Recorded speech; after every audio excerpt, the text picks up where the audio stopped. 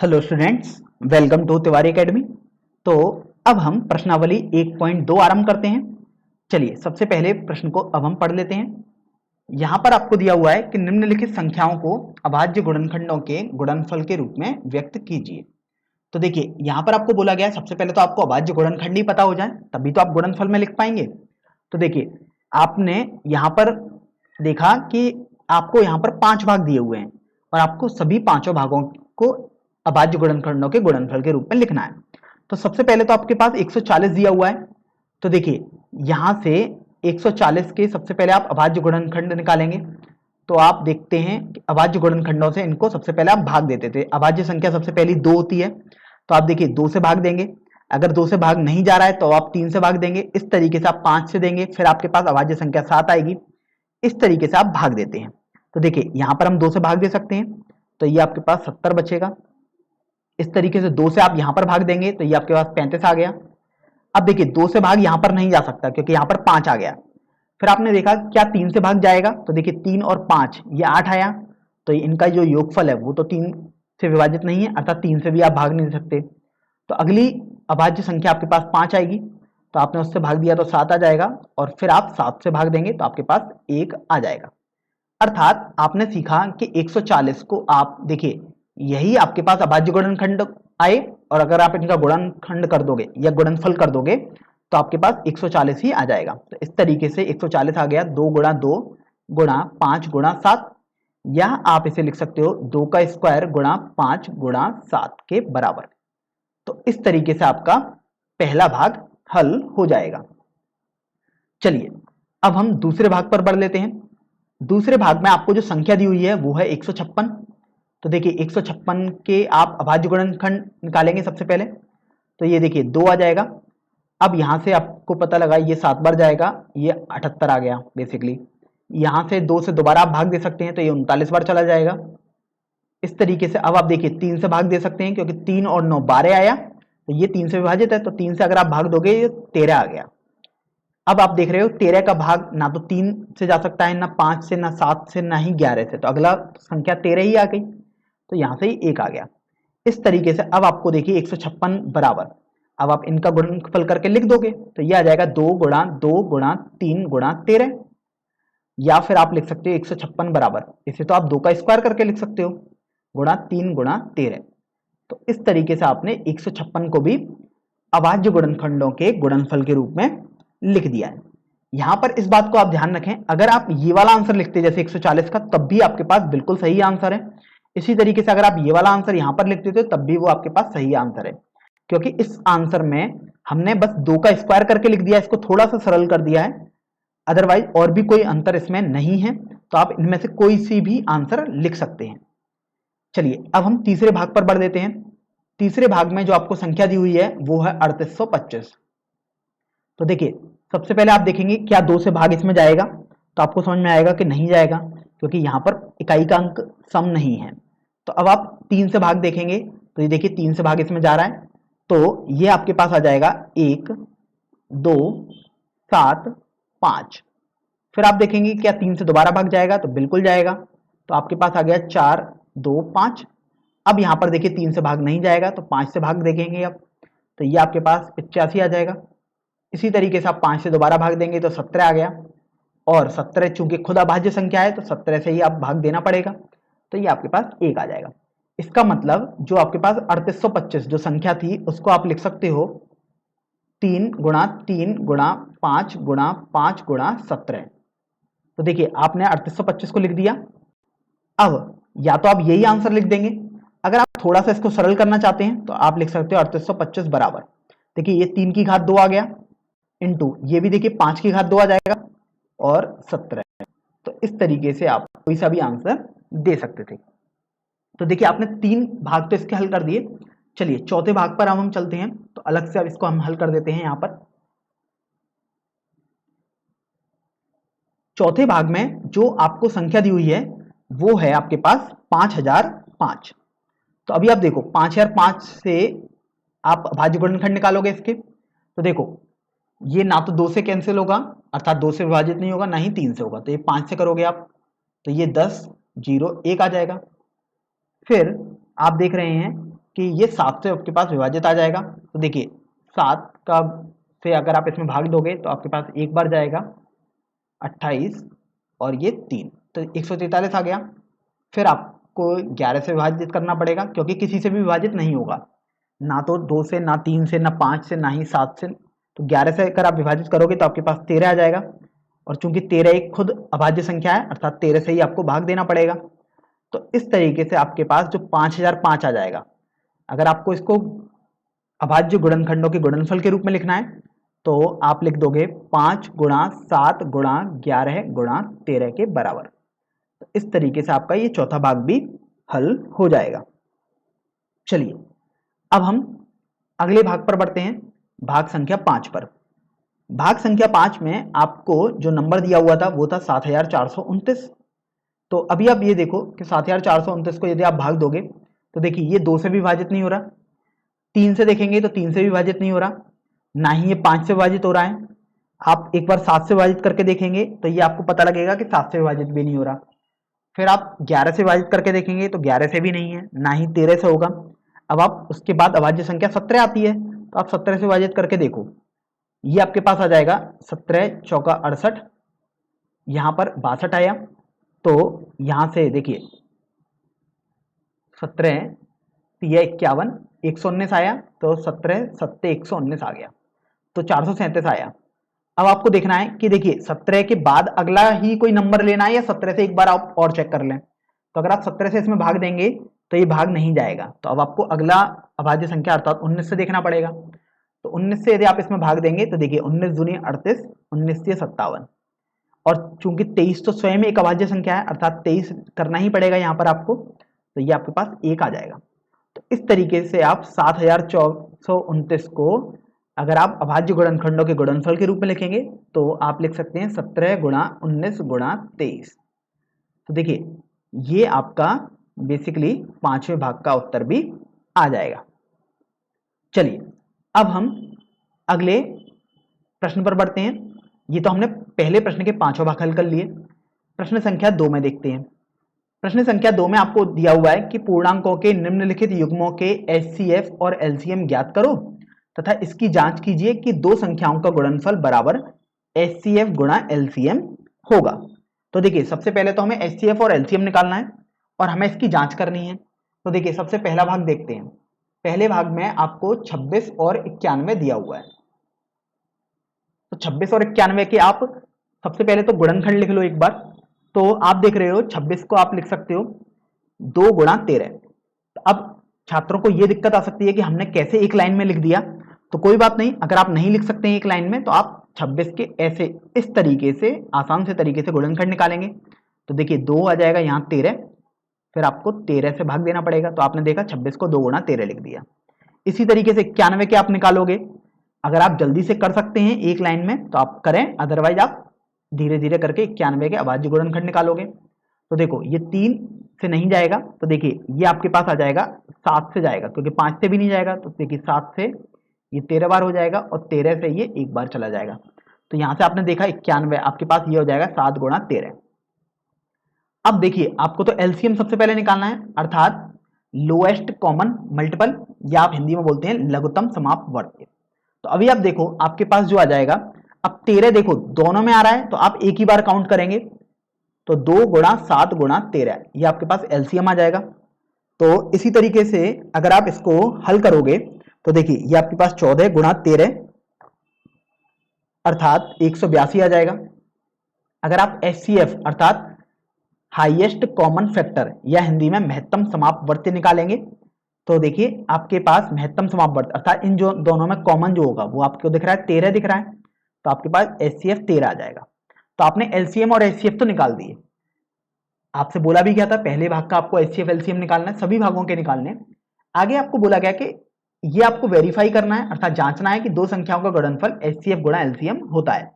तो अभी आप देखो अगर दो संख्याओं का गुणनफल यदि आप निकालें तो 26 गुणा 91 यदि आप करोगे तो वो आपके पास आ जाएगा यहां से 2366।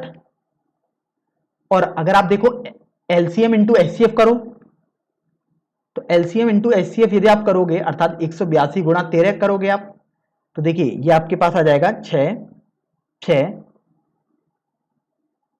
ये। तो देखिए आपने देखा दो संख्याओं का गुणनफल 26 गुणा 91 एलसीएम गुणा एचसीएफ के बराबर आ रहा है, अतः यह आपका वेरीफाइड हो चुका है।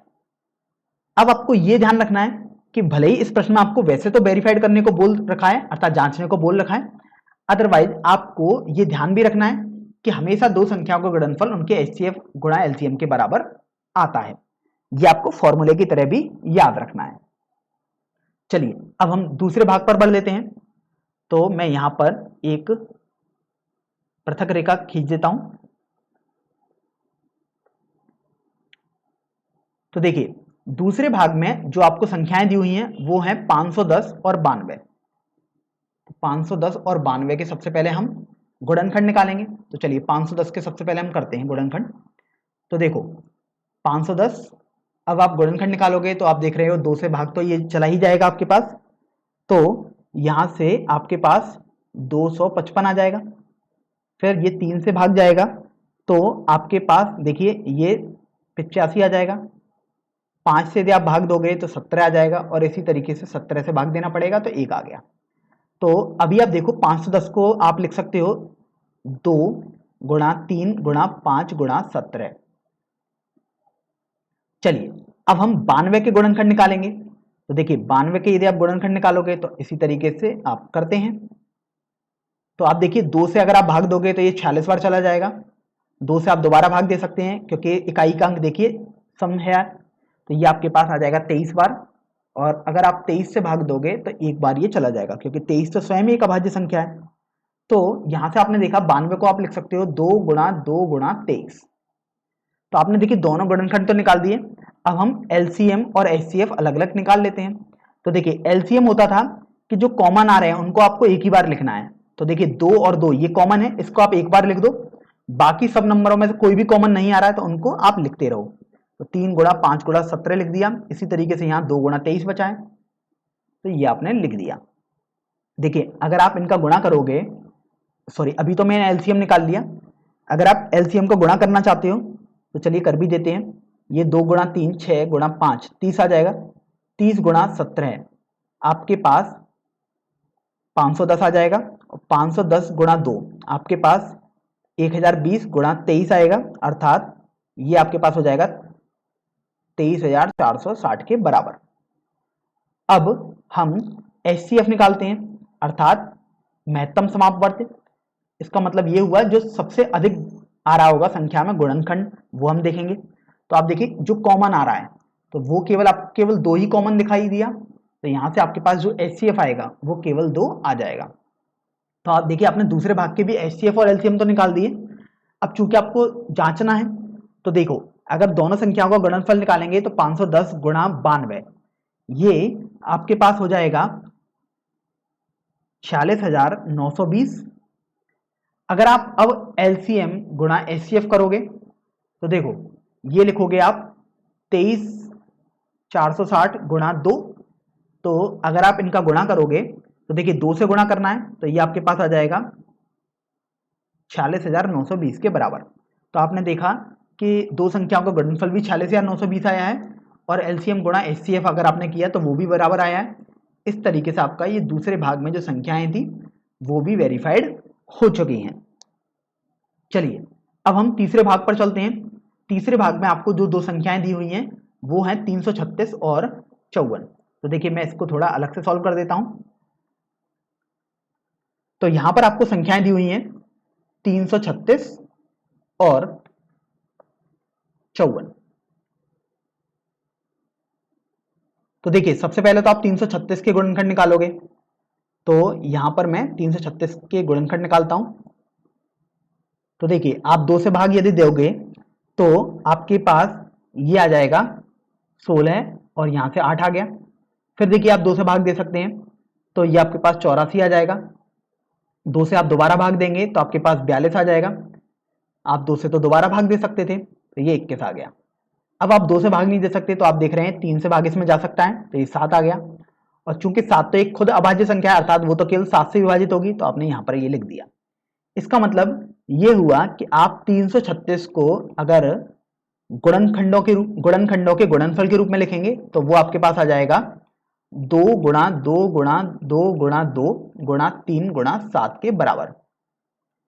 अब हम आगे बढ़ते हैं तो अब हमें 54 के भी ऐसे गुणनखंड निकालने पड़ेंगे। तो देखिए 54 के यदि आप गुणनखंड निकालेंगे अभाज्य, तो देखिए आपके पास आ जाएगा 2 से भाग देने पर ये 27, 3 से यदि आप भाग दोगे तो ये 9 आ जाएगा, 3 से आप दोबारा भाग दोगे तो 3 आ गया, और देखिए 3 से आपने दोबारा भाग दिया तो आपके पास 1 आ जाएगा। अर्थात अब आप 54 को लिख सकते हो 2 गुणा 3 गुणा 3 गुणा 3। तो देखिए अभाज्य गुणनखंडों के रूप में तो आपने लिख दिया। अब आपको एलसीएम निकालना पड़ेगा। तो एलसीएम में आपने सीखा था कि अगर जो कॉमन आ रहे हैं उनको आप एक ही बार लिखोगे। तो देखिए इस 2 और इस 2 ये कॉमन आ रहा है, इसको आप एक ही बार लिखोगे, और इन 3 और इन 3 ये भी कॉमन आ रहे हैं, अर्थात आप इनको भी एक ही बार लिखोगे, और कोई भी आपके पास कॉमन नहीं आ रहा है। तो देखिए एलसीएम आपके पास हो जाएगा 2 गुणा, क्योंकि इनमें और इनमें मैंने एक ही बार लिख दिया। अब यहां पर आप 2 गुणा 2 गुणा 2 लिख दोगे, गुणा 3 गुणा 7 लिख दोगे, और यहां पर आपके पास 3 गुणा 3 बच गया। तो आपने एलसीएम यहां पर लिख दिया। अब अगर आप गुणा करना चाहते हैं तो देखिए गुणा यदि आप करोगे तो आपके पास देखिए ये 3 गुणा 7 21 गुणा 3 63 गुणा 3 यदि आप करोगे तो 189, और देखिए 189 गुणा 16 यदि आप करेंगे तो आपके पास ये 3024 के बराबर आ जाएगा। तो देखिए आपने एलसीएम निकाल दिया। अब बात आती है एचसीएफ निकालने की, अर्थात महत्तम समापवर्त्य निकालने के लिए। तो देखिए महत्तम समापवर्त्य वो होता है जो कॉमन संख्याएं होती हैं। तो देखिए इन दोनों में कॉमन एक तो 2 मिल रहा है, और आपने देखा कॉमन तो आपके पास 3 भी है, तो आपने एक 3 कॉमन भी ले लिया, और कोई भी कॉमन नहीं आ रहा है, अर्थात आप इतना ही रहने देंगे। तो एचसीएफ 2 गुणा 3 अर्थात 6 आपके पास आ जाएगा। तो अब देखो आपने एलसीएम और एचसीएफ आसानी से निकाल दिए। अब हमको केवल जांच करनी है कि यदि दो संख्याओं का गुणनफल एलसीएम गुणा एचसीएफ के बराबर आएगा या नहीं। तो देखिए संख्याएं थी आपके पास 336 गुणा 52, यहां पर आपके पास जो संख्या थी वो 54 थी। तो देखिए 336 गुणा 54 अब आप करते हो, तो ये 52 नहीं है, यहां 54 है। तो देखो 336 गुणा यदि 54 आप करोगे तो वो आपके पास आ जाएगा 18,144। अगर आप अब एलसीएम गुणा एचसीएफ निकालो, तो एलसीएम गुणा एचसीएफ यदि आपने किया तो देखिए आप लिखोगे 3024 गुणा 6, तो देखिए आपके पास ये आ जाएगा 18 और ये 144। तो चूंकि आपने देखा कि यहां दो संख्याओं का गुणनफल 336 गुणा 54 बराबर एलसीएम गुणा एचसीएफ आया है, अतः यह आपके पास यहां पर वेरीफाइड हो चुका है। तो इस तरीके से आपने यह प्रश्न संख्या 2 भी हल कर दिया। बस आपको बस ये ध्यान रखना है जो हमने आपको पहले भी बोला कि आपको अगर दो संख्याएं ए और बी दी हुई हैं, तो अगर आप ए गुणा बी करते हो तो वो आपके पास उनके एलसीएम ए और बी के एलसीएम और ए और बी के एचसीएफ के गुणनफल के बराबर होता है। तो आप इसको याद भी करेंगे क्योंकि ये काफी महत्वपूर्ण आपके पास सूत्र होता है। तो ये आंसर तो नहीं है लेकिन ये सूत्र आपको याद करना है।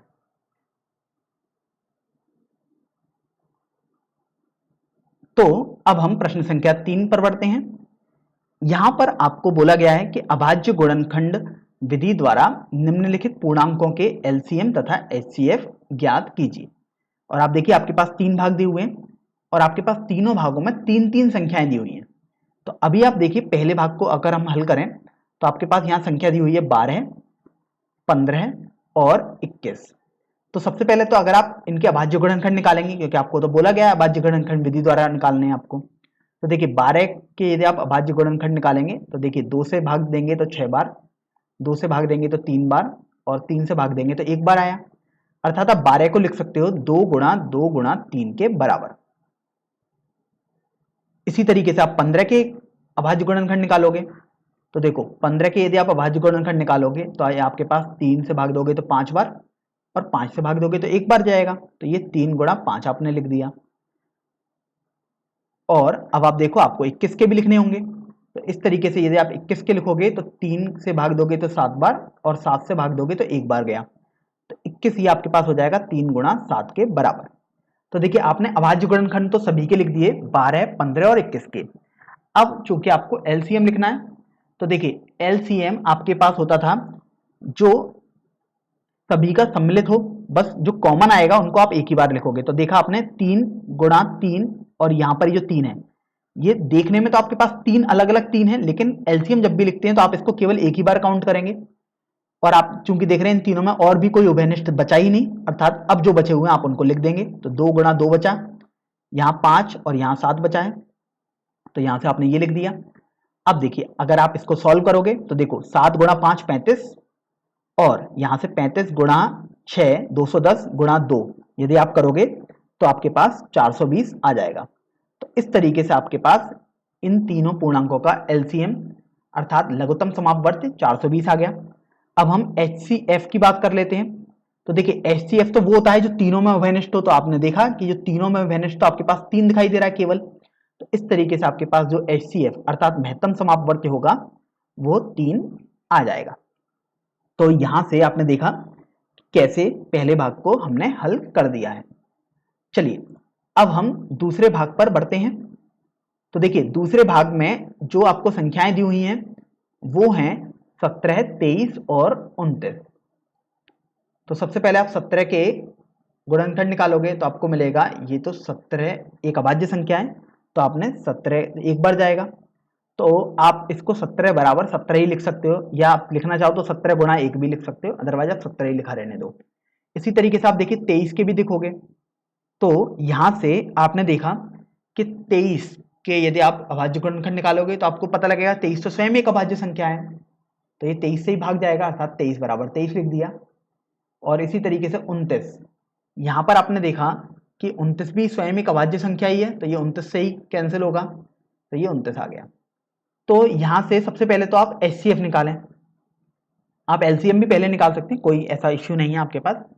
एचसीएफ होता है कि जो तीनों में कॉमन हो, तो आपको मिल रहा है कि यहां पर देखो 17 है, यहाँ 23 है, यहाँ 29 है, कुछ भी कॉमन नहीं आ रहा है, तो जब कुछ भी कॉमन नहीं होता तो वो एचसीएफ वहां पर 1 आ जाएगा।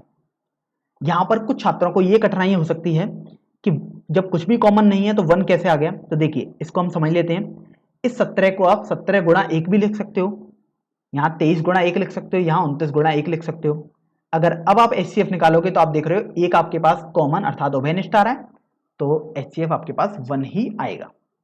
अब हम एलसीएम की बात कर लेते हैं, अर्थात लघुत्तम समापवर्ती की बात करते हैं। तो लघुत्तम समापवर्ती आपके पास हो जाएगा 17 गुणा 23 गुणा 29 के बराबर। तो देखिए जब आप इसको हल करोगे तो यहां से आपके पास आ जाएगा 9 3 3 1 1। तो इस तरीके से आपने एलसीएम और एचसीएफ दूसरे भाग के भी निकाल दिए हैं। चलिए अब हम तीसरे भाग को हल कर देते हैं अलग से। तीसरे भाग में आपको जो संख्याएं दी हुई हैं वो हैं 8, 9 और 25। तो देखिए सबसे पहले तो आप 8 के गुणनखंड निकालोगे तो आपको मिलेगा 2 से भाग देंगे तो 4 बार, फिर 2 से भाग देंगे तो 2 बार, और फिर आपने 2 से भाग दिया तो 1 बार आया। तो आप लिखोगे 8 को 2 गुणा 2 गुणा 2 के बराबर। अब इसी तरीके से आप 9 के गुणनखंड निकालोगे तो आप देखो 3 से भाग देंगे तो 3 बार गया, और 3 से भाग दिया तो 1 बार गया, तो 3 गुणा 3 आपके पास आ गया। इसी तरीके से आप देखिए 25 के गुणनखंड निकालोगे तो वो आपके पास आएगा, 5 से भाग देंगे तो 5 बार, और 5 से आपने दोबारा भाग दिया तो ये 1 बार गया, अर्थात 5 गुणा 5 के बराबर। तो फिर आप देखिए कि अगर आप सबसे पहले एचसीएफ निकालते हैं तो एचसीएफ देखते थे जो तीनों में कॉमन हो, अर्थात तीनों में उभयनिष्ठ हो। तो आपने देखा इनमें कुछ भी उभयनिष्ठ तो है ही नहीं, तीनों में जो उभयनिष्ठ हो, तो ऐसा जब भी कुछ भी उभयनिष्ठ नहीं बचेगा तो आप एचसीएफ 1 लिख देंगे। अब आप एलसीएम अर्थात लघुत्तम समापवर्ती निकालेंगे। तो देखिए लघुत्तम समापवर्ती के लिए आपने सीखा था कि आप सभी संख्याओं को लिख देंगे, बस कॉमन को आप एक ही बार काउंट करते हैं। तो कॉमन तो कुछ था ही नहीं, अर्थात आपके पास जो एलसीएम हो जाएगा वो 2 गुणा 2 गुणा 2 गुणा 3 गुणा 3 गुणा 5 गुणा 5 आ जाएगा। तो देखिए अगर आप इसका गुणा करेंगे तो ये आप देख सकते हैं, ये आपके पास 8 गुणा ये आपके पास 9 गुणा ये आपके पास 25 आ जाएगा। तो यहां से आप देखो 25 गुणा 8 आपके पास 200, गुणा 9 आ जाएगा और ये हल करने पर आपके पास 1800 आ जाएगा। इस तरीके से आपने प्रश्न संख्या 3 के तीनों भागों का हल कर दिया। चलिए अब हम प्रश्न संख्या 4 पर बढ़ते हैं। तो देखिए प्रश्न संख्या 4 में आपको बोला गया है कि HCF 306,657 बराबर 9 दिया है। तो इसका मतलब क्या है वो समझ लेते हैं। 306 और 657 का HCF अर्थात महत्तम समापवर्त्य आपको 9 दिया गया है। तो आपसे बोला गया है कि LCM आपको निकालना है और इस नोटेशन का मतलब है 306 और 657 का आपको LCM निकालना है। तो देखिए आपके पास दो तरीके हैं LCM निकालने के। या तो आप प्रॉपर इसको बेसिकली हल करोगे। तो देखो मैं यहां मेथड 1 से कर देता हूं। तो LCM अगर आपको निकालना है तो आप इस बात को बिल्कुल भी ध्यान ही मत दो जो आपको दिया हुआ है। दो संख्याओं का LCM तो आप कैसे निकाल सकते थे, 306 को आप भाग दोगे तो ये देखो 2 से अगर आपने भाग दिया तो ये 15 और ये 53 आ गया। इसी तरीके से अगर आप देखो ये 3 से भाग दोगे तो ये 51 आ गया। इसी तरीके से आप देखो 3 से अगर आप इसमें भाग दोगे तो ये 17 आ जाएगा और 17 से यदि आप भाग दोगे तो 1 आ जाएगा। तो आपने देखा 306 के गुणनखंड आप लिख दोगे 2 गुणा 3 गुणा 3 गुणा 17। अब आप 657 के गुणनखंड निकालोगे।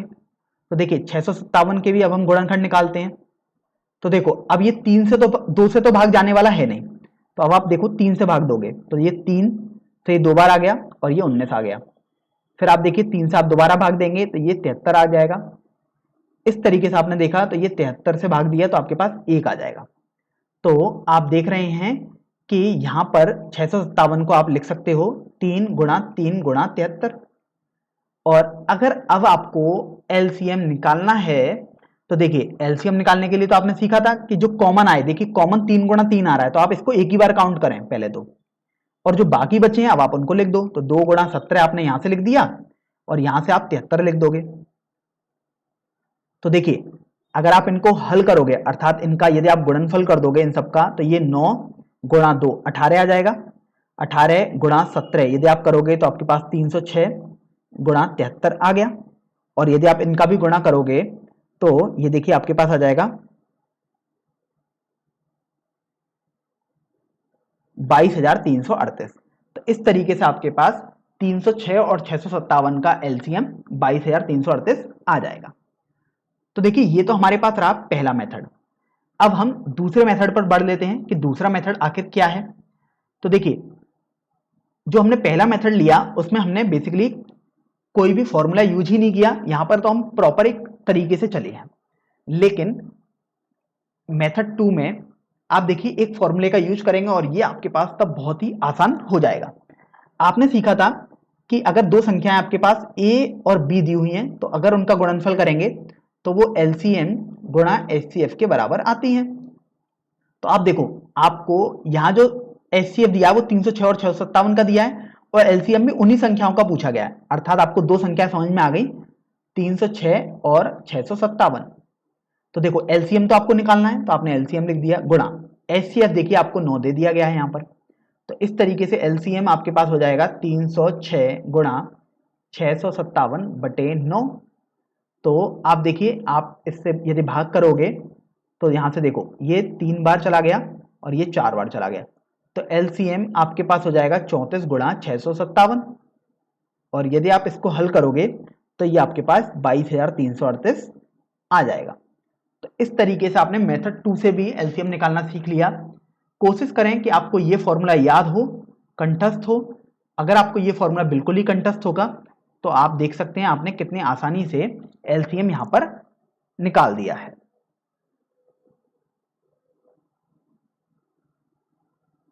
अब हम प्रश्न संख्या 5 हल करते हैं।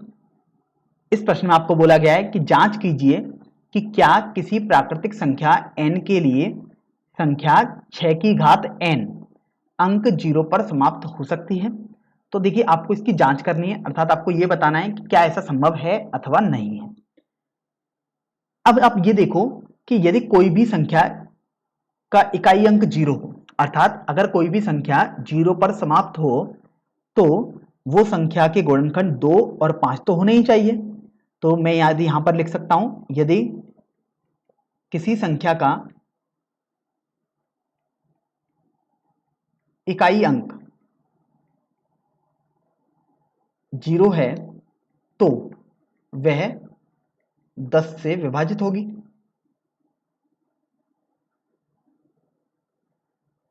क्योंकि इकाई में अंक 0 आना अर्थात 10 से विभाजित होना है। तो अब आपने देखा कि चूंकि 10 का गुणनखंड यदि आप निकालोगे तो वो आपके पास 2 गुणा 5 आ जाएगा। अर्थात अगर किसी भी संख्या के इकाई के अंक में 0 आ रहा है तो उसका गुणनखंड 2 और 5 तो होना ही होना चाहिए। इसके अलावा कुछ भी हो सकता है, लेकिन 1, 2 और 1, 5 तो होना ही चाहिए। तो अभी आप ये देखो, अगर आप 6 की घात n के गुणनखंड निकालो तो 6 की घात n के गुणनखंड देखो, सबसे पहले तो आप 6 को गुणनखंड करोगे तो 2 गुणा 3 आ गया और ये n आ गया। तो यहां से 2 की power n into 3 to the power n आ जाएगा। तो आपने देखा यहां पर 5 तो आपको बिल्कुल भी नहीं मिल रहा, इसलिए आपको समझ में आया 6 की घात n का इकाई अंक कभी भी 0 नहीं होगा। तो आपसे यही बोला गया था कि क्या उसका इकाई अंक 0 पर होगा, इसकी आपको जांच करनी थी। तो आपको समझ में आया कि चूंकि यहां पर 5 का कोई भी पद है ही नहीं गुणा में, इसलिए आपने समझ लिया कि 6 की घात n का इकाई अंक कभी भी 0 नहीं हो सकता, अर्थात 6 की घात n कभी भी 0 पर समाप्त नहीं हो सकती। चलिए अब हम अगले प्रश्न पर बढ़ते हैं, प्रश्न संख्या 6 पर। तो देखिए प्रश्न संख्या 6 में आपको बोला गया है कि व्याख्या कीजिए कि 7 गुणा 11 गुणा 13 प्लस 13 और 7 गुणा 6 गुणा 5 गुणा 4 गुणा 3 गुणा 2 गुणा 1 प्लस 5 भाज्य संख्याएं क्यों हैं। तो देखिए आपको ये तो बता दिया गया है कि ये भाज्य संख्या है, लेकिन आपको व्याख्या करनी है अर्थात इनका कारण बताना है। तो देखिए सबसे पहले वाली संख्या जो आपके पास लिखी हुई है इसको मैं पहला नंबर बोल देता हूं, 7 गुणा 11 गुणा 13 प्लस 13। तो देखिए आपने भाज्य संख्याओं की परिभाषा में पढ़ा था कि जो संख्याएं एक और स्वयं के अलावा किसी अन्य संख्या से विभाजित हो जाएंगी तो उनको आप भाज्य संख्याएं बोलते हैं। तो अभी आप ये देखो कि आपके पास यहां पर देख सकते हैं 13 कॉमन तो आ ही रहा है, उभयनिष्ठ आ रहा है, क्योंकि एक पद है ये वाला और एक पद ये वाला पद है। तो आपने 13 उभयनिष्ठ लिया तो आपके पास बचा 7 गुणा 11 प्लस 1। तो देखिए 13 गुणा ये आपके पास 77 आ गया प्लस 1 आ गया। तो यहां से देखो ये 13 गुणा 78 आ गया। तो आपने देखा कि 13 गुणा 78 भी कुछ तो आएगा ही। तो ये आपने देखा कि ये संख्या देखो 1 से विभाजित है, ये स्वयं से तो विभाजित होगी और उसके अलावा देखो ये 13 से विभाजित है, 78 से विभाजित है। चूंकि इस संख्या के गुणनखंड एक और स्वयं के अलावा कोई और भी मिल रहा है, अतः यह आपके पास भाज्य संख्या हो जाएगी। तो इस तरीके से आपने यहां पर इसका कारण भी बता दिया है। चलिए अब हम दूसरे भाग पर बढ़ते हैं। दूसरे भाग में जो आपको संख्या दी थी वो थी 7 गुणा 6 गुणा 5 गुणा 4 गुणा 3 गुणा 2 गुणा 1 प्लस 5। तो देखिए यहां से आपको समझ में आया होगा कि जैसे हमने पहले भाग में इसको सिद्ध किया है इसी तरीके से यहां पर भी हम इसको सिद्ध करेंगे। तो आपको दिखाई दिया एक पद तो आपके पास ये है और एक पद आपके पास ये दिया हुआ है। तो आपने देखा यहां से आपके पास 5 कॉमन आ रहा है। तो देखिए आप लिख सकते हो 7 गुणा 6 गुणा 4 गुणा 3 गुणा 2 गुणा 1 प्लस 1।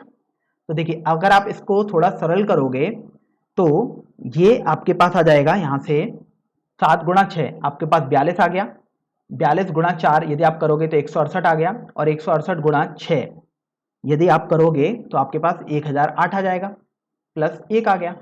तो यहां से आपको समझ में आएगा ये तो 5 गुणा 1009 लिखा है। तो देखिए ये संख्या एक के अलावा 5 से विभाजित है, 1009 से विभाजित होगी और अगर इनका गुणनफल करोगे तो एक कोई बड़ी संख्या आएगी उससे विभाजित होगी। तो इस तरीके से परिभाषा के अनुसार यह संख्या भी आपके पास एक भाज्य संख्या हो जाएगी। तो इस तरीके से आपने इस प्रश्न के कारण भी बता दिया है।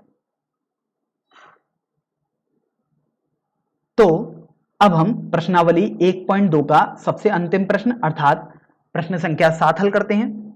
चलिए इस प्रश्न को सबसे पहले पढ़ लेते हैं। यहां पर आपको दिया हुआ है कि किसी खेल के मैदान के चारों ओर एक वृत्ताकार पथ है। इस मैदान का चक्कर लगाने में सोनिया को 18 मिनट लगते हैं, जबकि इसी मैदान का एक चक्कर लगाने में रवि को 12 मिनट लगते हैं। मान लीजिए कि वे दोनों एक ही स्थान और एक ही समय पर चलना प्रारंभ करते हैं और एक ही दिशा में चलते हैं। कितने समय बाद वे पुनः प्रारंभिक स्थान पर मिल जाएंगे।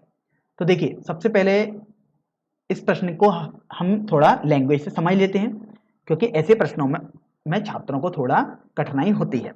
तो देखिए, सबसे पहले आपने एक वृत्ताकार पथ बना लिया, इसे हम समझाने के लिए बना रहे हैं कि आपको प्रश्न को कैसे हल करना है। तो देखिए, माना मैंने यहां पर सोनिया भी है और राहुल भी है अभी स्टार्टिंग में। अब आपको बोला गया कि वे दोनों एक ही स्थान पर हैं और एक ही समय पर चलना प्रारंभ करते हैं। तो देखिए, एक ही स्थान पर है, एक ही समय पर चलेंगे और हम एक ही दिशा में इनको दौड़ाएंगे। तो देखिए, आपने देखा कि सोनिया 18 मिनट में एक चक्कर लगा लेती है और रवि 12 मिनट में एक चक्कर लगा लेता है। तो आप देखिए, रवि 12 मिनट में यहां पर पूरा चक्कर लगा के पहुंच गया होगा यहां पर, जबकि सोनिया एक चक्कर पूरा नहीं लगा पाई होगी। क्योंकि आपने देखा कि प्रश्न में तो आपको बोला गया कि उसे 18 मिनट लगते हैं, तो सोनिया हमें नहीं पता कहां पर होगी, मान लीजिएगा कहीं यहां पर होगी। जब रवि एक चक्कर लगाकर यहां पर पहुंच गया होगा तब सोनिया यहां पर होगी। इसी तरीके से रवि देखिए आगे दोबारा पहुंच गया होगा यहां पर, अगला चक्कर मतलब 24 मिनट बाद रवि यहां पर दूसरा चक्कर पहुंच गया होगा। लेकिन यहां पर सोनिया 24 मिनट में देखिए दो चक्कर तो पूरे नहीं कर पाई होगी, क्योंकि 18 मिनट उसको एक चक्कर यहां पर लगे, तो वो देखिए कहीं यहां पर ही होगी। तो अब आपको ऐसे देखना है कि वो दोनों एक स्थान पर कहां पर मिलेंगे, और वो पुनः प्रारंभिक स्थान पर आपको बोला गया, अर्थात इस स्थान पर वो दोबारा कब मिलेंगे। तो जब भी ऐसे सवाल आपके पास आएंगे तो आपको ध्यान रखना है कि यहां पर जो आपका उत्तर होगा वो आपके पास आ जाएगा, एलसीएम निकालने को होगा, वो 18 और 12 का आपको एलसीएम निकालना होगा। तो देखिए, बस आपको बेसिकली एलसीएम निकालना है। हमने आपको ये समझा दिया है कि एलसीएम क्यों हमने यहां पर यूज किया गया है।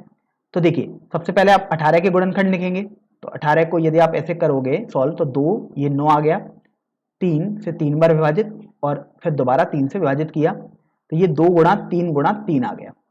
इसी तरीके से आप 12 के भी अभाज्य गुणनखंड लिखोगे। तो देखिए, 12 के अगर आप अभाज्य गुणनखंड लिखोगे तो आपके पास 2 गुणा, ये देखिए 6 आ जाएगा, ये 2 गुणा 3 आ गया और ये 3 गुणा 1 आ गया। तो इस तरीके से 12 के अभाज्य गुणनखंड आपके पास 2 गुणा 3 आ गए।